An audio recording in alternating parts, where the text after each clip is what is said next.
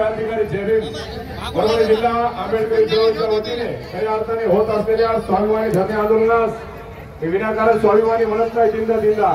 या ठिकाणी आंबेडकरी समाज जो कष्ट करतो, गोरगरीब आहे, अतिशय मेहनतीच्या पैशातून एक रुपया जमा करून गाव खेड्यातून या ठिकाणी परभणी जिल्ह्यातल्या आंदोलन भूमी लोकनेते विजय वाकोडे मैदानात येऊन एक रुपया जमा केलेला आहे। या ठिकाणी आंबेडकर चळवळीला लावत आहे, म्हणून आमचं आंदोलन हे स्वाभिमानी होत आहे। याचं प्रतीक म्हणजे हिंगोली जिल्ह्यातील वसमत तालुक्यातील हट्टा या गाव येथील सर्व बौद्ध उपासक उपासिका भीमसैनिक यांच्यातर्फे आजच्या आपल्या धरणे आंदोलनासाठी 5500 रुपये धमदान आलेले। त्याला आपण त्या धमदानाचा स्वीकार करूया।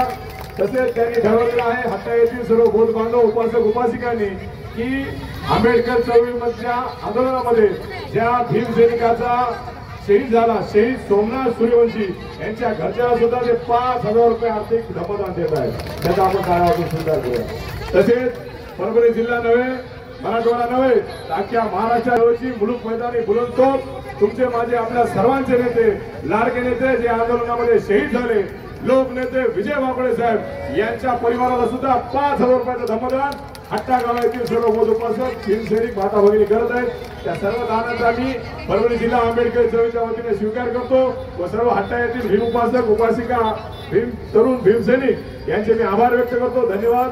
आपण असंच आमच्या आंबेडकरी चळवळीच्या मागे, आपल्या आंबेडकरी चळवळीच्या मागे अशाच पद्धतीने ताकदीने उभं राहावं ही तथागताची मी प्रार्थना करतो।